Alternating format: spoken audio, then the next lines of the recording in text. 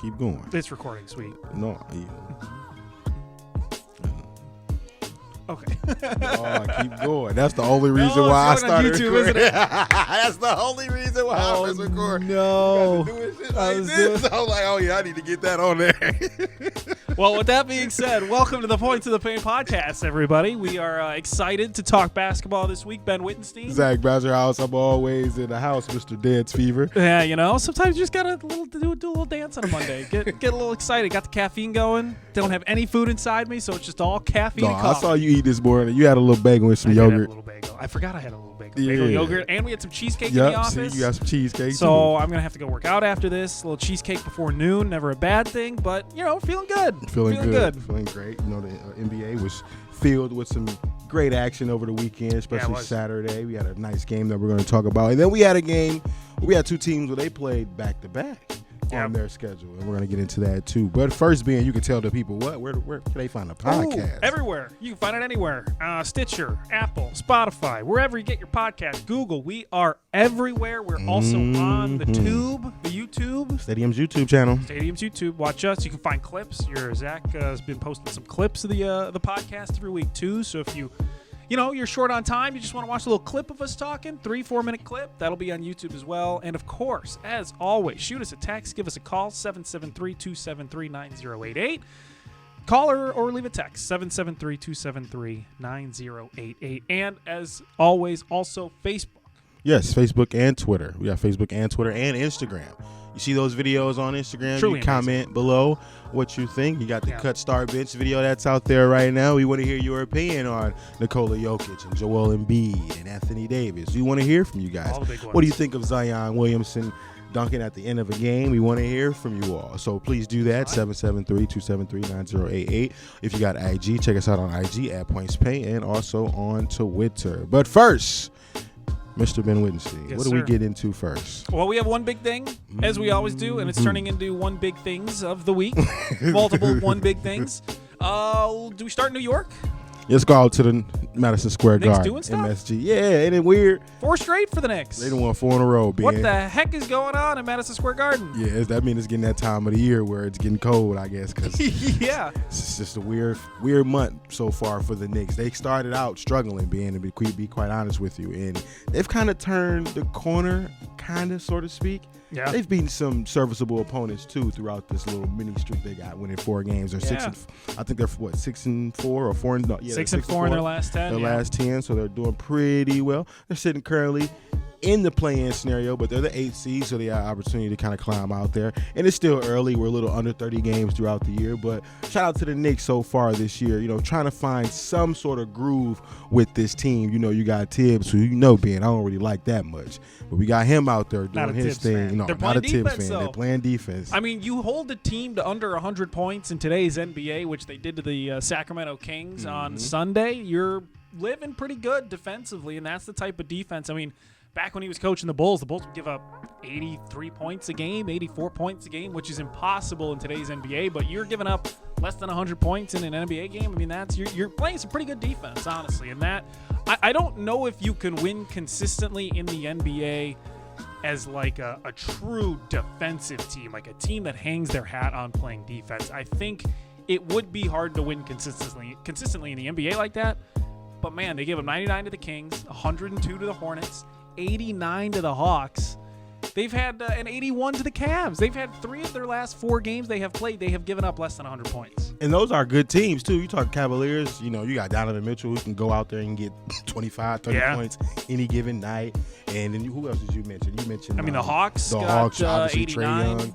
But I think DeJounte Murray was out in that contest, I believe. Don't quote me on that, but he's going to be out for the Hawks. So he played 4 minutes. Yeah, I think he got hurt in that game. Yeah. He sprung his ankle, and so he's going to be out a few weeks. So I think that was maybe the reason why the Hawks ended up losing that game, because I think they would have won with Murray on the side of Trae Young in the Garden. I think they would have been able to handle business. But we're going to talk about Trae Young, too, because he hasn't looked all that great either, Ben, so far this season. And I kind of want to get into that. But the Knicks doing what they got to do. If you want a stat, I mean, this season, the best defense in terms of points given up per game has been the Cavs. They give up 105 points a game on average. Over the last 3 games, the Knicks are averaging only giving up 96 points a game. So they're giving up 10 points fewer than the best defense in the league has been averaging. So something's clicking in New York. Something's clicking with the Knicks, and it looks like it's clicking defensively at least. Yeah, and I really want them being to just play my mans, play Cam Reddish or trade him at this point.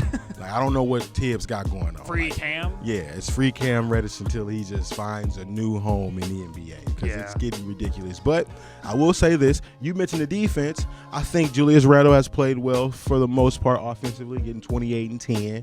RJ Barrett, another guy, getting like 20 points over the course of this win streak too, and about 8 rebounds or something along like that. Yeah, 7-8 rebounds a game. And then their guy that they signed this summer, he's playing well. Jalen Brunson, $100 million man. He's been a huge addition to this team. And without Brunson, where do you think this Knicks team would be?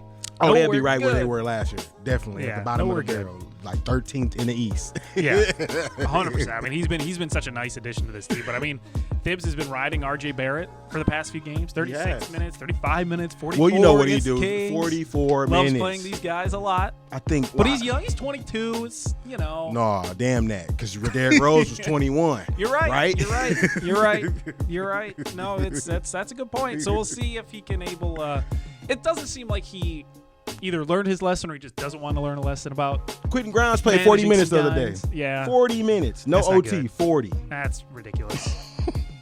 That's too many minutes. It's too many minutes. In a December game in the NBA. Right. There you go. See, you're giving all the appropriate explanations right now to why Tibbs be out here wilding.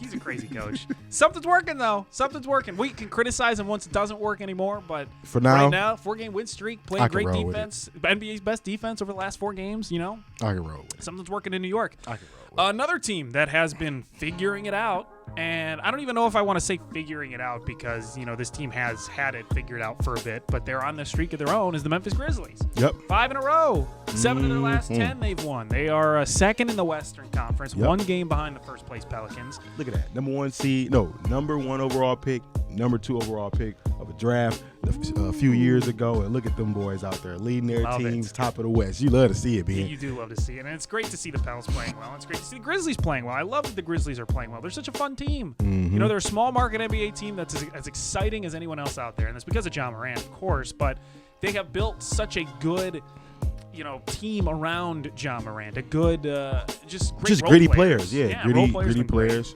I mean, they just do everything right. Dylan Brooks, bro. You watch how he shoots the ball. It's like he shoot the ball with one hand. It's like it's so unorthodox. He like pushes the ball, but he has been knocking down some shots for the Memphis Grizzlies without Desmond Bane being in the lineup. He has really stepped up his offense, and I'm proud of him because, you know, he's been one of those guys who's been borderline on that dirty. Is he a dirty player? Is he not a dirty player with Dylan Brooks? He's been on that spectrum over the last season or two, and so to see him improve offensively after he's been kind of only really known for like the gritty defense and maybe some 3-and-D every once in a while, he's been showing some promise with his offense, and I like to see that, man. And the thing that's amazing to me for the Grizz is, you know, you lose Desmond Bane, and he's not an NBA superstar, but he's a really important piece to the Grizzlies and how they play their team. But he's going to be out another month probably for this team, and the fact that they're still maintaining second in the West. Yep. They're on a 5-game win streak. Yep. They've won 7 of the last 10. You know, I'll keep repeating it because it's pretty amazing. When they lose a major role player like Bane, you expect them to maybe falter, especially since they're a young team. Yep.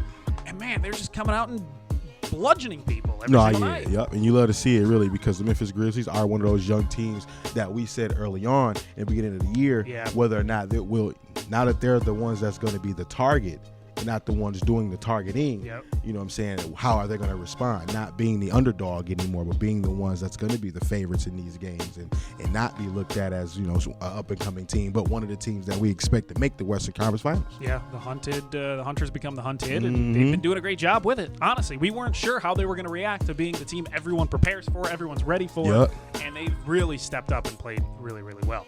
Now, last 2 weeks, we've talked about the Celtics. Yes, we have. How good the Celtics have been, how fun they are, and how good they look. Tatum MVP candidate. Absolutely. All the whole shebang. The whole shebang. And what happens when they go out and play the Warriors in Cali? 40 minutes for Jayson Tatum against the Warriors. 18 points, 2 for 9 from 3. It was rough. 6 for 21 from the field. Very rough. Rough game for Jayson. Yes, and I'll take it a step further, being he shot 36% in NBA's finals last year's finals. Yeah. So is it fair to say that he may have a kryptonite on his hands, Jayson Tatum? Does he? Like, it was the Golden State Warriors, his kryptonite right now, because they've lost back-to-back regular season games dating back to last season, and he struggled in that game too, shooting poorly. And we just saw him struggle again this past weekend, man. It's been a true struggle bus for Jayson Tatum. Not the other Jaylen Brown being. He does his job. He does. He out there hooping. He balling. He doing what he's supposed to do. Lunch pail guy. Sometimes. I like that. Honestly, sometimes he's kind of that guy. Just Like, coming to work. He'll have games where he's like Tatum, and he'll go off. He'll score 30, 35 points, and he'll look great. But then there's times where Tatum is struggling, and he needs the Celtics need someone to step up, and here comes Jaylen Brown stepping up. Hard hat, lunch pail. Well, I like that. Hard hat, lunch pail. He definitely goes to work. Comes to work every day. Dunking that ball and with aggressiveness, attacking the basket, shooting a mid-range shot. I love when they shooting that midi being. And so when you got all that working for you, I can't be really mad for Jaylen Brown, but Jayson Tatum, you got to figure it out when they come to Golden State Warriors. I know you only play them 2 times a year, but if this may end up being a finals rematch, or was a finals preview that we saw this past Saturday I don't think it's going to go too well if they match up again, if he doesn't get it together. Yeah, I know. And the weird thing is, they were riding, a 9-game win streak? Yes, they were. It was a 9-game They win blew streak. the doors off Phoenix Suns. Yeah, blew the doors they made off the of them. Suns look like an embarrassing bottom of the barrel NBA G team. League team. Yeah, and then they go against the Warriors. They lay an egg. So it's really interesting because they've got a couple more games on the West Coast. They got Clippers, Lakers, their whole LA trip. So after that, it gets a little bit easier. But really, if they can't beat the Warriors, if they're not going to be able to beat one of the better teams in the West, what they gonna do? That's something you got to be aware of. That's something you got to look at because that's. I mean, they go out and beat Phoenix though, right? They go out and beat Phoenix is a good beat. Yep, Phoenix 100%. is a good team. They have to beat the Nuggets. They're going to go to Denver on New Year's Day, actually, New Year's Day night. So that's going to be a team that is going to be kind of a good barometer to play against. But I'm interested to see because we know the Celtics in the Eastern Conference, they could probably beat anyone they want to on any given night. But once it comes to the Western Conference, can they beat the Warriors?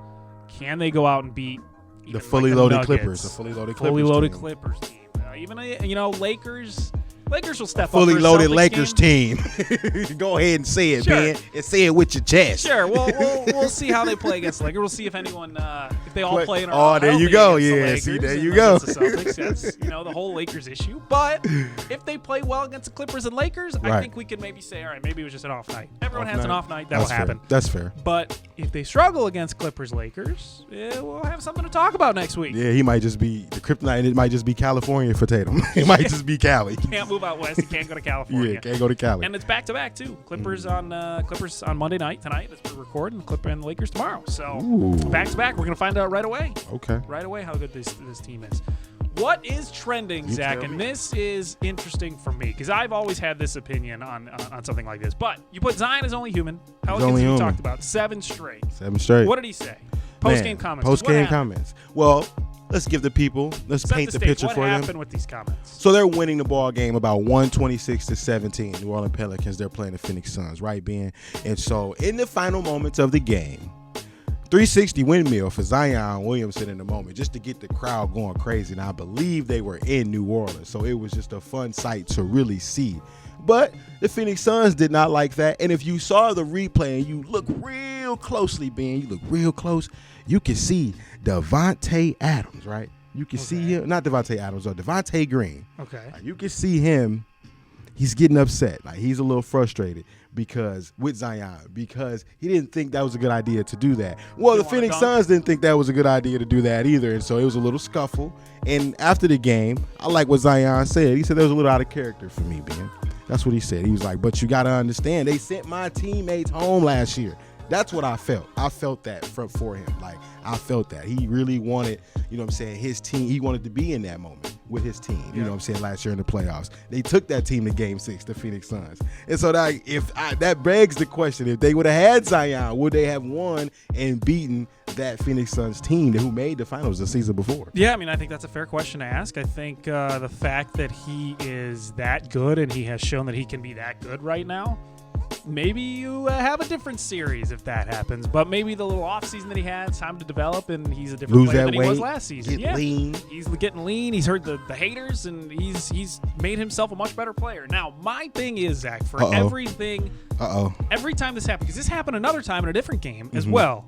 Here's my thing. Okay. If you don't want someone to score on you late in the game, you stop them. You stop them. I like that energy. If you're not going to stop them, that's on you. energy. That's on you. You cannot complain for someone dunking on you, scoring on you, whatever it is, late in the game. I get that it's bad sportsmanship. I get that part. But this is the NBA. These are grown men. Talk to me nice. Men. Talk to me nice. I like it. Stop him. Stop complaining. Oh, he scored a basket when he shouldn't have. Stop him. No, if you don't want him to score, stop him. No, that's all I have to say. And I say that every single time. And I hate it. I hate it when people complain because if you don't want it to happen, it's all in your power to stop him. No, big facts. What's funny about it too, is that y'all know this is the what do they call it? Bulletin board material. Yeah. So you got another game where you get an opportunity to play them after this incident has taken place. So Zion did a 360 windmill. You guys play them again like 2 days later. What's up? Right. Phoenix Suns, where the smoke at? Yeah. No smoke. It was no smoke. New Orleans, they go out and win the game again. Zion go out there, get 35, 7. All on DeAndre Ayton, 7-footer. Now, granted, my man's DeAndre Ayton, he had 25 and 12. He was hooping too. Yeah, he was. But Zion to be 6'6", 280, just dominating the paint, getting other guys involved, and in the game with 35 after the 360 windmill. I love it, Ben. You know what CJ said? You know what CJ said after this? What'd he say? They got to get back on defense if they don't want us to dunk the ball. Period. Drop the mic. That's it. Yep, drop the mic. Period. CJ's got it. 100%. I'm cool with that. If you don't want it. If you don't want him to dunk, play defense. I don't understand the issue here. That's your entire job. And they've been winning these games. So stupid. Without their mans, Brandon Ingram. Yeah, right. Like Brandon Ingram and CJ McCollum both have been interchanging out of the lineup. They've been in and out because of injuries or sickness, whatever the case may be. Zion keeping them boys afloat. Yeah, he's turning into the player that I think people have started anticipated to expect for him. Yep. I mean, Brandon Ingram hasn't played since Thanksgiving. Yeah. He's missed 8 games now, I think, at this point, if I counted correctly. 7 or 8 games. And they were on a 7-game win streak. Look at that. Are the Pelicans better without Brandon Ingram? All right, we ain't doing that. Had to put that out there. Had to put that one out there. What else is going on? Brittany Griner is back. Yes, and she's reportedly in dunking. the States. Oh, I ain't know that. Yeah, she. I think it was Sunday. They reported that she went into a gym. First practice in 10 months. She 10 went months. over there and she was dunking the ball. So that's great to see. hear. No, that is great to see because Brittany Griner, she was over in Russia for a extended period of time, too long, if you ask me, Ben. Once they found out that she was declared as it was undetainable, if I'm saying that correctly. I'm not a lawyer, so I wouldn't know, but. Brittany Griner, she's back in the States. It's happy to see. It's good to see. And just like the support from the basketball community, I think that's what was most important and really kept that, in the driver's seat for her to really be able to come home and have the negotiations take place between Russia and the U.S. So I was very pleased that all the support that she got from the different coaches and players around both leagues, the NBA and the NBA. And so it was nice to see. I was at the Bulls game on Saturday, and they did, I think it was either before or after the national anthem, one of the two. They put up, there was signs all over, and they said, "Welcome back, Brittany Griner," and they gave a whole minute, everyone applauded, standing ovation, whatever it was. And so the NBA was doing their part in welcoming her back and putting the word out. But people stayed on the case, and people pressured government to do things, and that's always good. Yep, things got done. It might not have took as fast as some people may have hoped, but it got done. She didn't have to spend a year there. Yeah, it was 10 months. Yeah, so that was fine, especially when they sentenced her to 10, 12 years over there. So the fact that she was able to come home after that sentence, I was extremely happy, man. I was very happy. So glad that ended fairly well. Now, you just brought up a standing ovation. I want to talk about real quick. Did you see the John Wall standing ovation in D.C.? I did. I was happy with that. After he hit a basket. Yeah. I was happy with that. It's this is my city. It's still like my that. city. You know what I'm saying? It's good to feel that. So the team that drafted him was able to welcome him with open arms as he returned back. You know what I'm saying? Wearing that LA Clipper jersey. So I was pleased with that.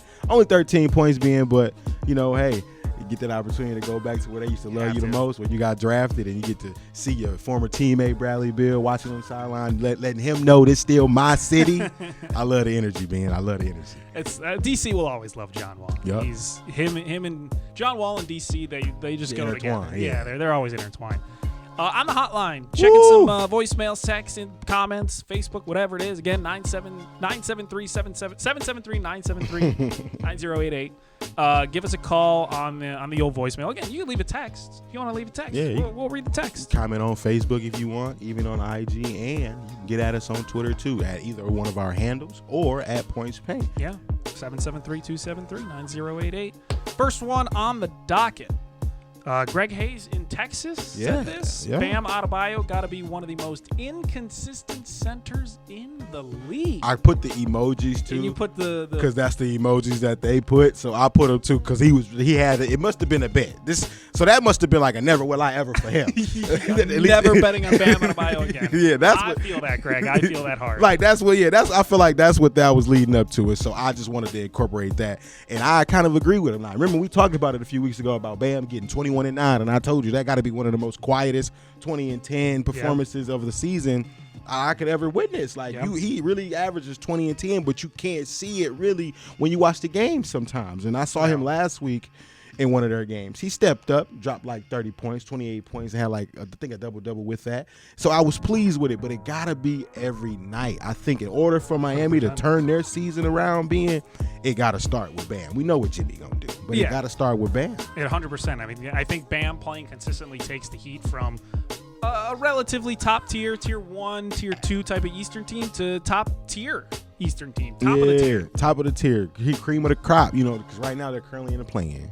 The Miami Heat. They could be a lot better. 3 games below 500. But I told folks, though, I don't think Miami's going to be that same team we saw last season when they were, top of the East. Yeah. They're going to crumble. I don't think Kyle Lowry is going to have this resurgence out of nowhere and just be this impactful point guard throughout the regular season. Now, playoff time, that's cool, but you got to win these regular season games to even be in that conversation. And so when you got a Tyler Hero who may need to step up, he got that bag, and I don't know, being his pocket's kind of fat. I don't know if he can't move up and down the floor or what the scenario is, but I definitely think he needs to be a little better. 100%. Even in Indiana, said, okay, it's time to talk about Trae Young's struggles this season. He's coming close to not being able to just call it an early season slump, and I really like this because go ahead. I feel like we haven't really talked about Trae Young a bunch, or at least his struggles, but he has been struggling. And I think we talked about it a little bit when he was having issues with Nate McMillan, but we can magnify it even more now. It's been, like Ethan said, it's not just an early season slump. He clearly has struggled to play with DeJounte, too, and he clearly can't figure out the best way to fit into that lineup with 2 ball-dominant point guards. Yep. They're both trying to find their way. Now, the Hawks are still solid. They're solid, they definitely still solid. They're still 6 in the East, Ben. And so it ain't too much of a concern. No, and the thing is, they're not playing better or worse, I think, than if they didn't have DeJounte, right? Maybe Trae Young's stats are a little bit better, but maybe the team overall stays about the same. So if it takes Trae Young getting fewer shots, fewer points for the Hawks to be a top 5 Eastern team, so be it. And, maybe that's what has to happen, but definitely not the old Trae Young that we're used to. I think he just need to be more efficient, when it's all said and done. His shooting has been so poor. I mean, so poor, it's been so bad. He shot 41. He's shooting 41% the last 5 games. The 3-point line is atrocious. It's kind of getting ridiculous. 18%. Last game, it's pretty gross, bro. It's so bad. Last game 2 for 8. Game before that 2 for 7. Game before that 0 for 4. Game before that 1 for 7. And I know for sure, I bet 2.5 on one of these 5 games. And if you look at that, if you check this out, look at the box score over here. You see he ain't made no more than 2 threes in a game the last 5 games. That's rough. So if this was never will I ever, it would be Trae Young never bet Trae Young on threes right now, and that's crazy to say because that's Ice Trae the gang. He do the celebration where it's cold in here, ice water in the veins, the whole thing, man. But I just need Trae to play better. Yeah, you do, 100%. And he's not 28% from 3 this season. That's so rough. That is a full almost 7 percentage points lower than his average in his career. That's so bad. He is not playing well from 3 at the very least. But see, you said something, Ben, that made me think. Is it Murray? I don't know if it's the fact that he can't play with Murray. Because at least when Murray when Murray was in, his numbers were productive, and Trae Young numbers were productive. He's just not as efficient. The assists are still there, right? He's still getting the assists, almost 10 assists a game, 9.6. So it's not like I don't know what it is. Well, I know what it is. It's the shooting and how poorly it is, but I don't know why he's shooting so bad. Yeah, I think you're probably right. I don't know what the issue is because it's not like I haven't heard anything. Is it that shot has changed, selection? like, his life or yeah, any, like it was Zach LaVine, right? Like he had a kid. He had a kid, and this season, at least the start of the season, recently he's been playing better. Right. But the start of the season, he was playing significantly worse than people expected him to. He was watching that baby at 3, 4 in the morning. Listen, sometimes when you have a kid, you got to wake up 2 a.m., 3 a.m., whatever it is. He probably had fatherly duties he had to tend to, and he's got to get used to that and form a whole new life around that. So it makes a little bit of sense why he struggled to start the season, but it looks like he's starting to come back into his own. He's playing a little bit better. Okay. And the team's playing better because of it. But with Trae Young, I don't think he had a kid. I don't know. No, I don't think so. any outside life things are affecting this. So it's just might have been bad shots. I don't know. Yeah, it might have been a Nate McMillan thing. That may have played a role into it. But I do know what it is, though. Yeah. And I got to ask you about this real quick. How do you feel about the Hawks beating the Bulls the way they did? Stupid. Of course. The thing is, too, like the way I've watched the Bulls the past few years, I see that. I'm like, oh, awesome. They got points. Left too much time on the clock. 0.5 seconds. Too much time. How is that too much time, though, too, right? Like, how is 0.5 seconds too much time? My reaction when I saw that shot go in was, of course. It wasn't even upset. I wasn't yelling. Okay. I just go, of course that happened. Because I was so mad. That happened. No, I was a little frustrated. That first and foremost, that's AJ Griffin's second game winner this season, the little young rookie from Duke. Okay. But then, DeRozan go to the line. Got to make 3 free throws. Yeah. He only shoot middies majority of the time anyway. Yep. So the fact that he attempted the 3 in that game down the stretch to try to push it to, I think, either to win the game or to go to OT, he got to make all 3 free throws, Ben. He knocked down every last free throw. He did. I was sitting there like, ooh, okay, he made the first one. He got the second one. That third one is always the rough one because it's like you're not really used to shooting 3 free throws. He go to that free throw line, he ice water in his veins, knock it down, and they still lose. I was so mad. I was mad for you. Was not feeling good. Not feeling good because it was more just apathy. I was just like, of course that's how the Bulls lose. They whooped the Dallas Mavericks. They did. Even without Luka, it was still an impressive win. They go to Atlanta, they ice it at the line, 0.5, and they can't do anything about it. So sad boy time in Bulls fans. It was a sad bad day. Yeah, sad boy time. Not good. Not good. I'm sorry you had to go through that. I'm sorry too. On a brighter note, that's going to conclude this edition of the Points to the Pay podcast presented by Stadium. I am Zach Badgerhouse. That was my main man, Ben Winstein.